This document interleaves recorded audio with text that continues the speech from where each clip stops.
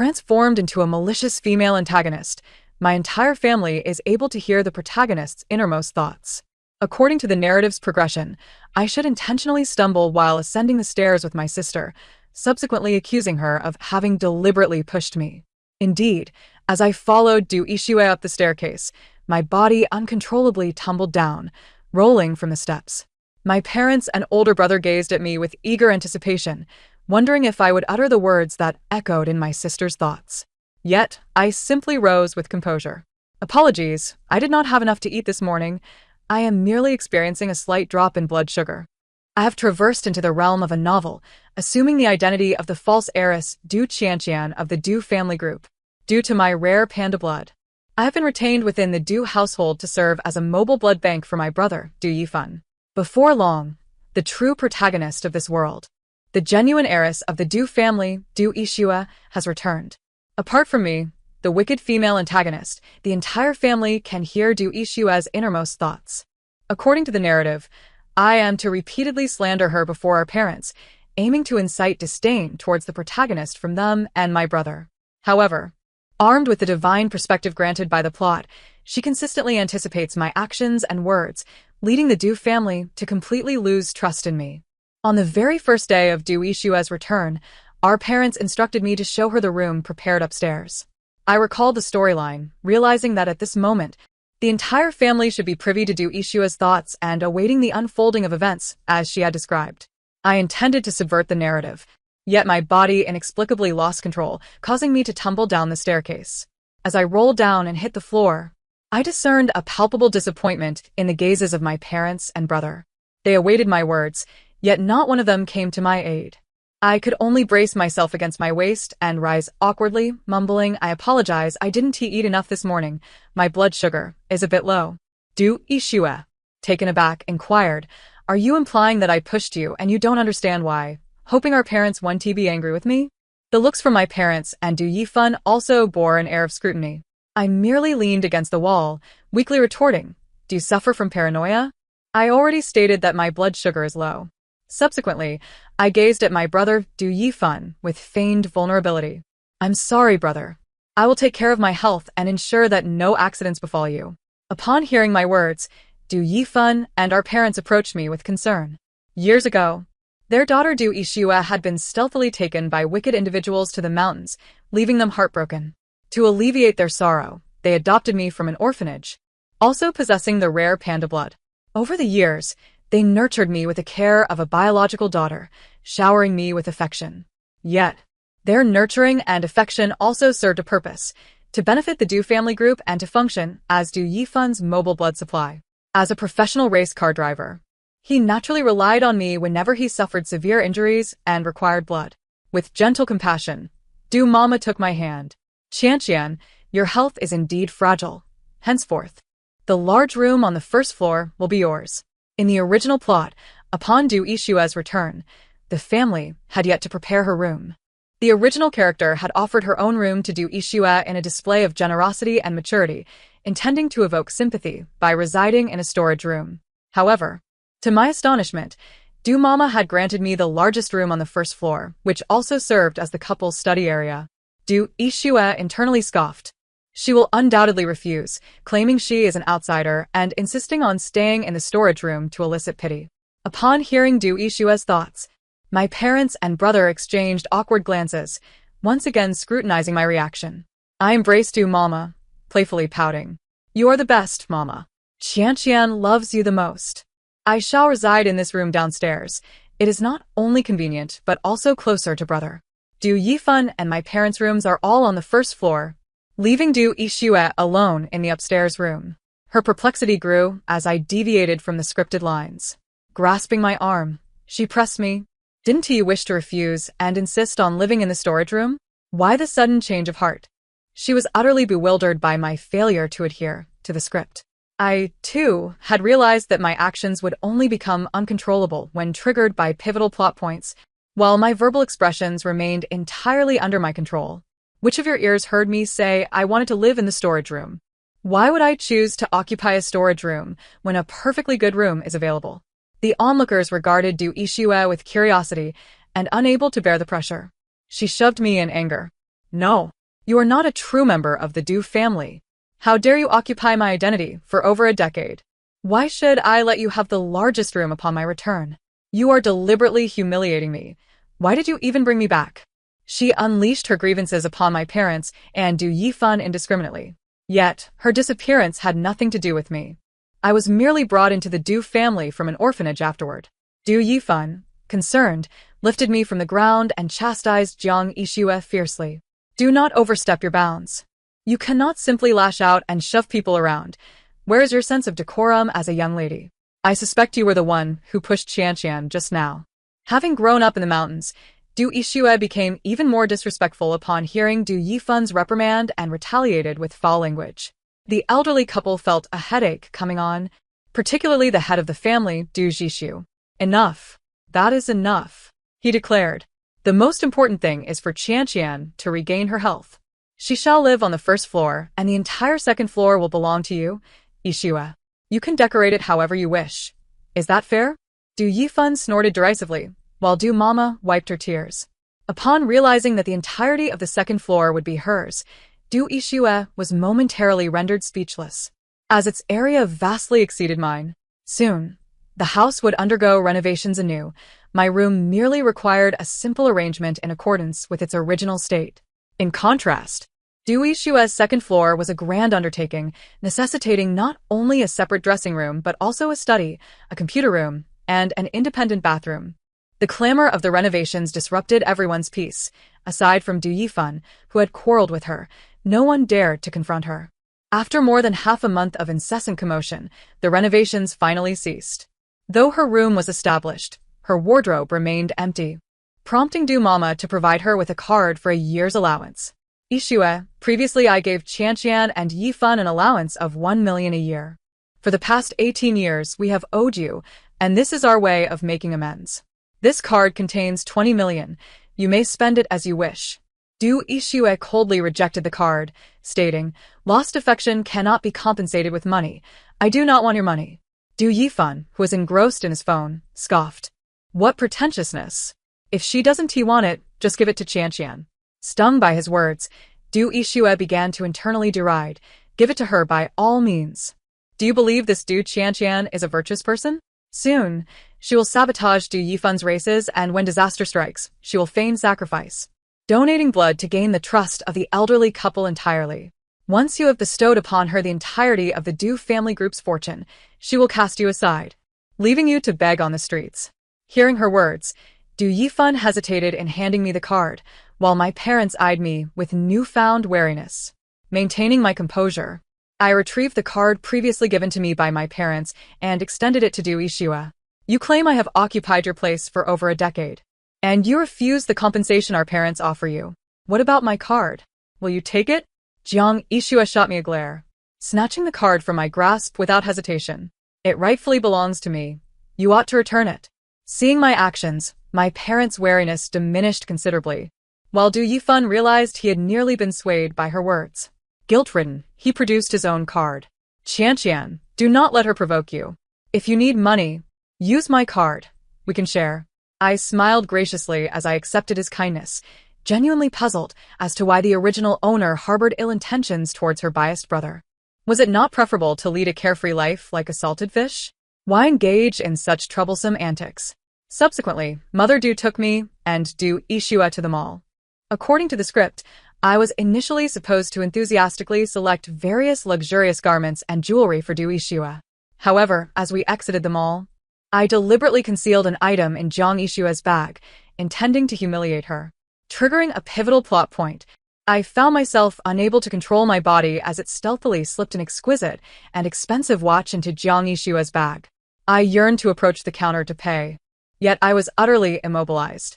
Observing my peculiar demeanor, Du Yixue began to voice her disdain internally. Du Qianqian looks down on me for growing up in the mountains, intentionally hiding unpaid items in my bag, and even slandering my upbringing. Mother Du, noticing my unusual expression, began to harbor suspicions as well. Du Yixue drew near and seized her bag. Let us go. She pulled Mother Du and me towards the store entrance, and indeed, the alarm rang out as we reached the door. Mother Du looked at me in disbelief. The store staff promptly intercepted us. Excuse me, may we ask if there are any unpaid items in your bags? A cold sweat trickled down my back, my heart pounding in trepidation. Ishua smirked at me, saying, I have no idea. Shall we check our bags? The staff first rummaged through her bag and, unsurprisingly, unearthed a luxurious watch still bearing its price tag from a hidden compartment. The shock in Mother Dew's eyes was unmistakable as she trembled, pointing at the watch. That watch isn't, but before she could finish, the staff coldly interrupted her. I'm sorry, this watch is not from our store. I'll return it to you. Would you kindly allow us to examine your bags? The staff returned Ishua's bag to her, her eyes wide as saucers, bewildered as to why the stolen watch was being returned. When they searched my bag, they discovered a diamond brooch. It turned out I was the one who had stolen. The staff, unable to believe it, stated sternly, Miss, your actions are suspected of theft, and we may need to involve the authorities. I lowered my head in shame. Mother Dew stepped forward to shield me. I apologize, this child has not been herself lately. She must have forgotten to pay. Our family is not in need of stealing. We frequently shopped at the store, and the staff knew us well enough not to believe that a wealthy family would engage in such behavior. The staff, sensing the situation, remarked, It seems Miss Qianqian was momentarily distracted and inadvertently placed it in her bag. I'll fetch you an invoice right away. Please hold on for just a moment. Just as it seemed the matter was about to resolve, Ishua obstructed the staff from leaving. She pointed at me and exclaimed, She deliberately stole it, intending to frame me by putting it in my bag. Who knows why she hid it in her own bag instead? Don't be deceived. The staff glanced awkwardly at our guardian, Mother Dew, who was at a loss for words. Enough of this, Ishua, she implored. Yet Ishua remained relentless, pulling the watch from her bag, still with the tags attached. Look, this watch must be something she stole from another store and placed in my bag.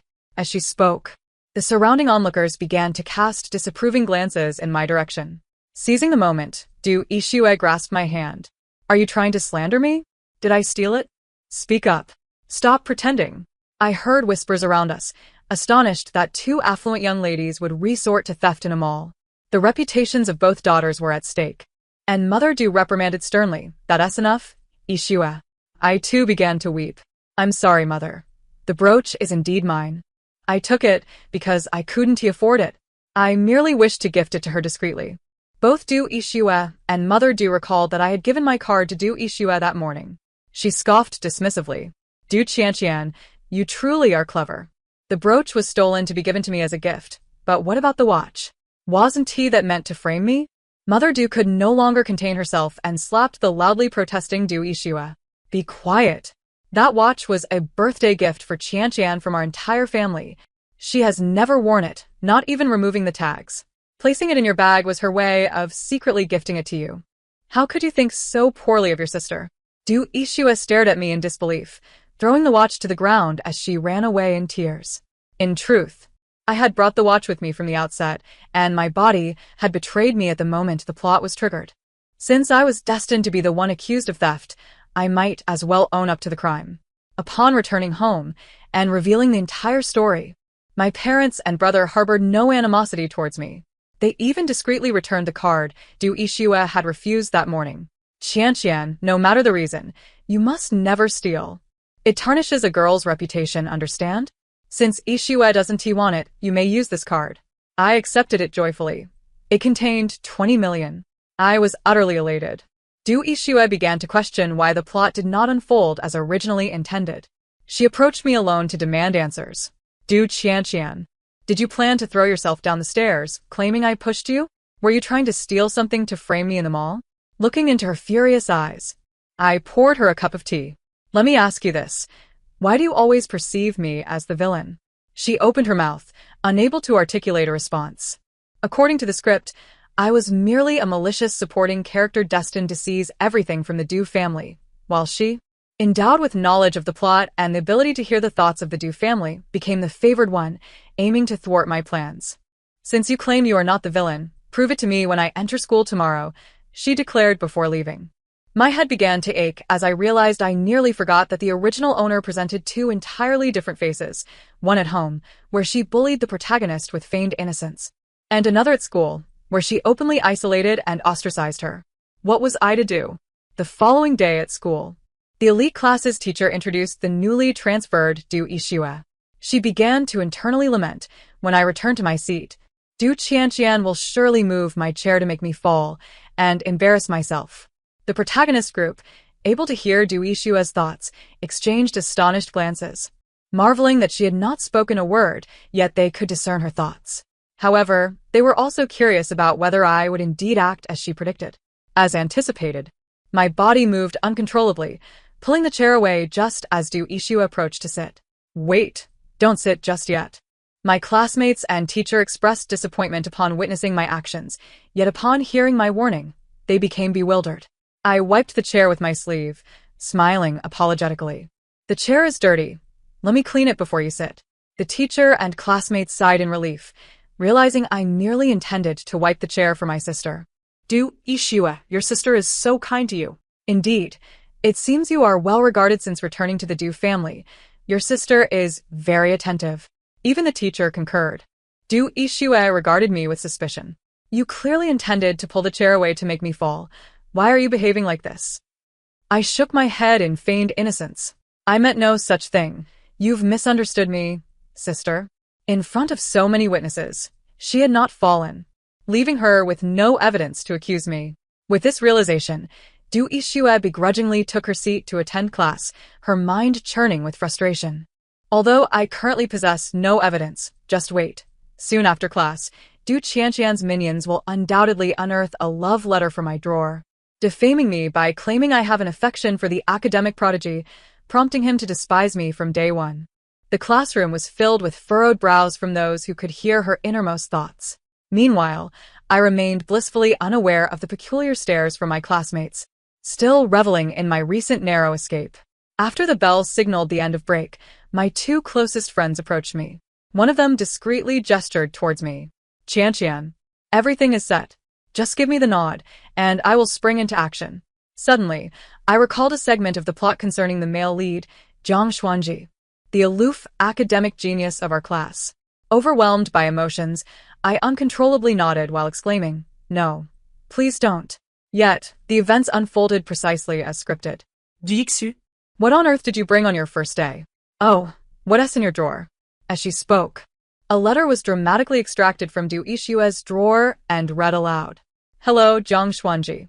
The moment I laid eyes on you, it felt as if I had seen you in a dream. I like you and sincerely wish to be your friend. P.S. Du family heiress. I sat there, frozen in embarrassment, realizing that the reference to the Du family heiress was indeed about me. As Du Ishua returned, her presence altered the gaze of my classmates towards me. It turned out that her inner thoughts were genuine. Some began to murmur quietly. I can't believe Du Qianqian is really like this. Why is she doing this? She's been living off the identity of the Du family heiress for years, yet she still bullies Du Ishua. Even Jiang Xuanji frowned as he approached, snatching the letter and tossing it into the trash with disdain. He coldly regarded me and stated, how could Du Ishua, on her first day, engage in such behavior? I hope the schemer behind this will cease their antics. Du Ishua finally witnessed a semblance of normalcy in the unfolding drama, collapsing onto her desk in tears, prompting sympathy from the classmates who began to directly blame me. Hey, Du Qianqian, you're being too harsh. She is, after all, your sister. Exactly. Your jealousy is overwhelming. And everything you possess originally belonged to Ishua. I felt as though I was drowning in a sea of accusations. I could only explain. That letter was indeed written by me. Upon hearing my admission, the crowd felt justified in their assault against me.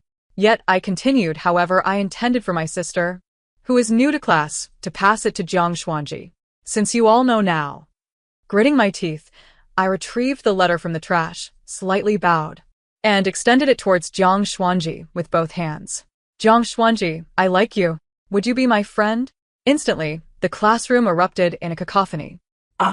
So it turns out Du Qianqian is the one who likes Jiang Xuanji. She's been living the life of a heiress. No wonder the signature was from the Du family heiress. What a misunderstanding. Even students from the neighboring class rushed over to witness the spectacle. What is happening? Someone is confessing. Come and see. The room was soon packed to capacity, and Jiang Xuanji's face turned crimson, reaching down to his neck. The surrounding crowd began to chant, say yes. Say yes. Meanwhile, Du Ishue slammed her hand on the table, shouting, "Be quiet. It's not like that. You wrote this letter to humiliate me, Jiang Xuanji. She doesn't truly like you. Don't be deceived." Those unaware of the situation began to ponder. What is Du Ishue doing? Is she trying to draw attention to herself? Jiang Xuanji, hearing her words, looked at me in astonishment. In a bid to prove my sincerity, I even tugged at his tie, leaning in to plant a gentle kiss on his left cheek. Immediately, his face flushed even deeper, resembling a boiled crab, the kind that emits steam. The classroom erupted once more. Du Ishue stared at me in disbelief. Du Qianqian, what are you doing? Are you a rogue? Ignoring her, I fixed my gaze firmly on Jiang Xuanji. What do you say, Jiang Xuanji? He hesitated, stammering, I need to think about it.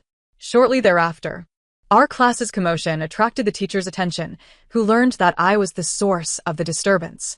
Consequently, I was summoned to the office to write a reflection, with the teacher repeatedly advising me to focus on preparing for the college entrance examination and to avoid romantic entanglements. I could only nod through my tears, feeling helpless. I had no choice but to fight fire with fire. After this incident, Du Ishue returned home, declaring her desire to never set foot in school again. She insisted on studying at home, preparing for the entrance exam independently. Unable to sway her, my parents hired several private tutors for her one-on-one lessons. I also received a reply from Jiang Xuanji. Good luck on the college entrance exam. Let us meet at the pinnacle. The implication was clear. He was likely rejecting me, emphasizing the importance of studying. I sighed in relief. With Du Ishue's decision to refrain from attending school, I hoped that the bizarre instances of campus bullying would cease to occur. I cast a worried glance at Du Yifan, uncertain whether that incident could ever be altered. In the tense atmosphere of study, the college entrance exam swiftly approached its conclusion. Despite spending 18 years in the Du household, I was not cut out for academics, scoring only 390 points, making it exceedingly difficult to enter a public university. In contrast, Du Ishue excelled, achieving a remarkable 706 points, securing a spot at Tsinghua or Peking University, and even receiving an invitation to visit. My parents were elated, and even my brother displayed a hint of admiration towards her. At that moment, I genuinely felt a pang of envy. I pondered how my future path would unfold in this world had those absurd events not transpired, hoping for a joyful and smooth journey ahead. As I mulled over my future life plans, Jiang Xuanji unexpectedly sought me out, sitting in my living room with review materials while my mother smiled and poured him tea. How did you only score 390? That's insufficient for most second-tier universities. You'll have to repeat the year. I offered an awkward smile. Nearby, Du Ishue scoffed. She's clearly not cut out for studying. She will never repeat. Du Ishue cast a disdainful glance my way, and then her thoughts began to spiral. Calculating the time, Zhang Yifan's finals are fast approaching, and she's busy plotting against him in the race. Though she pretends to give her all, he will ultimately meet his demise. Upon uttering this, the atmosphere in the living room fell silent. Indeed, I shook my head in refusal. Thank you, Jiang Xuanji, but I will not be repeating. It would be a waste of time for me. This prompted my mother to inquire, what do you plan to do then? Attend Yifan's finals? I wanted to shake my head, yet inexplicably, my body refused to move, and I could not utter a sound, only managing a resigned smile. That smile sent chills down everyone's spine, as if a grim reaper had come to declare Yifan's fate. My mother's eyes glistened with unshed tears, and Yifan bowed his head in silence, leaving everyone in a state of heavy contemplation. In the early hours before Yifan's race, I stealthily entered the garage, my body uncontrollably loosening several crucial screws in the racing car. Once I exited that pivotal location, I finally managed to retrieve my phone, which had been recording a video in my pocket, and posted it in the family group chat. According to the plot, Du Ishue would access the surveillance footage that morning to expose this matter to Yifan. Ever since I discovered that I lost control of my speech whenever key plot points were triggered, I decided to leave, avoiding futile arguments in front of them. Ultimately, Yifan chose to trust me, his sister of over a decade, driving the compromised car to the race. In the end, Yifan's demise would serve as irrefutable proof to the Du family that I was indeed a duplicitous, ambitious antagonist. Yet now, before tragedy struck, I sought to salvage the situation. I quietly departed from the Du family villa, stopping by the roadside to indulge in a few beers, inadvertently colliding with several public facilities. As dawn approached, the police finally apprehended me. The Du family had spent the night in anxious wakefulness, and in the morning, Du Ishue indeed presented evidence that unraveled the situation. Although I was merely a mobile blood bag raised by the elderly Du couple, they had genuinely regarded me as their own daughter over the years. I never anticipated that I would find myself in such a predicament. Du Mama wept inconsolably, and Papa spoke up, Yifun, given the circumstances, it's best you skip today as finals and stay home. With his head bowed in silence, Du Yifun glanced at his phone, discovering the video I had recorded in the family group chat. Clenching his fists, he declared, Mom and Dad, rest assured. I will prove to you that Qian is not that kind of person. With that, he headed to the garage and drove away, no one daring to stop him. At the competition venue, Du Yifun, following the footage I had recorded, was the first to address the loose parts, insisting on multiple inspections by professionals. He meticulously documented evidence in video format, sharing it in the family group. This was to be his final race, and the factors contributing to his injuries extended far beyond mere equipment issues. Despite the foreboding fate that awaited him in this race, he felt compelled to participate. After all, he was Du Yifun, and this was one of the few dreams associated with his identity. The competition was fierce, and Du Yifun poured every ounce of effort into navigating the track. Just as he was about to cross the finish line, the engine suddenly sputtered and ignited, revealing a brake failure. If he could not halt in time after crossing the finish line, he risked a fatal rollover. In the blink of an eye, with approximately 100 meters remaining, he deftly maneuvered the steering wheel, veering off the main track, allowing the roadside sand and gravel to finally bring his car to a halt. Miraculously, Du Yifun survived, yet the spectators lamented, oh dear, how could he have veered off in those last 100 meters? Perhaps Du Yifun deliberately chose to create a splash, ensuring that the audience would remember him in this manner, something we shall discuss later. In that moment, Du Yifun felt that whether or not he secured first place was of little consequence. He was the first to reach the finish line, unscathed. And he returned home without a shred of regret to take over the family business. I was detained for a week, and upon my release from the police station, the Du family, including Du Ishue, awaited my arrival. My parents seemed somewhat distant, yet my brother Zhang Yifun still helped me with my belongings, just as he always had. Once in the car, my parents addressed me, Qian, your brother will be returning home to manage the company, and you need not accompany him any longer. You are now of age and can live independently. We have purchased a house for you outside. You may express any desires you have. It was evident they wished to push me away. I had anticipated this conclusion, yet tears streamed down my face uncontrollably. For their care for me throughout my life had been sincere. Seeing me cry, Du Ishue thought to herself, she clearly doesn't want to leave, after all. Where could be better than being the cherished daughter of the Du family? Even if she had shared that video in the family chat, she still damaged my brother's car. And the fact remains that she attempted to harm him. No one can change that. Listening to Du Ishue's inner thoughts, no one had anything to say. I finally spoke softly. Thank you, Mom and Dad, for your nurturing. I apologize for the incident concerning my brother's race, but in this world, many matters are beyond my control, especially in your presence.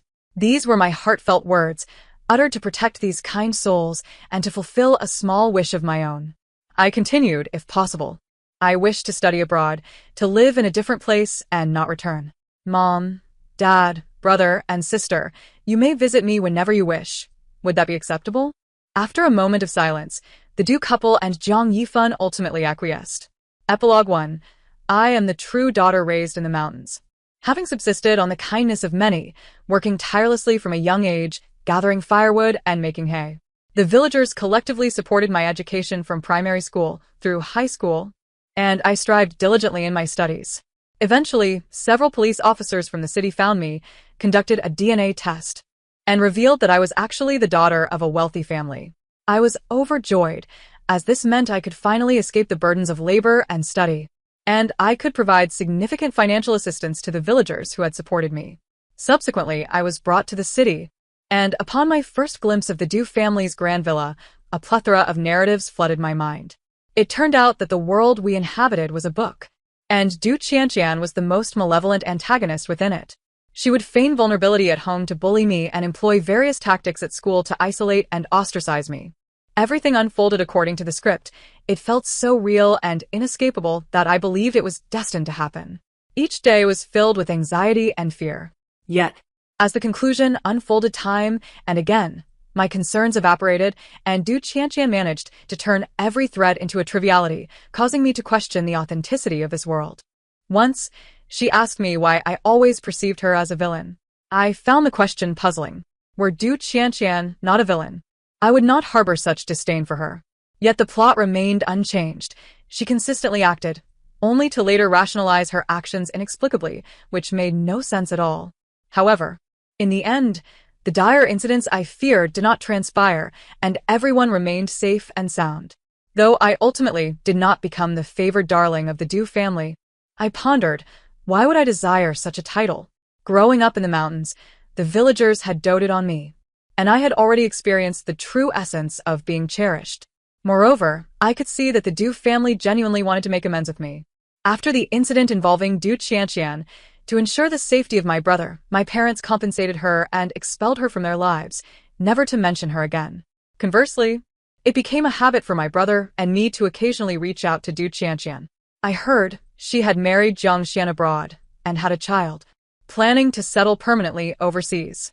My parents no longer held grudges about the past and would occasionally take my brother and me on trips to see her. Yet she always declined, claiming she feared triggering the plot. Epilogue 2.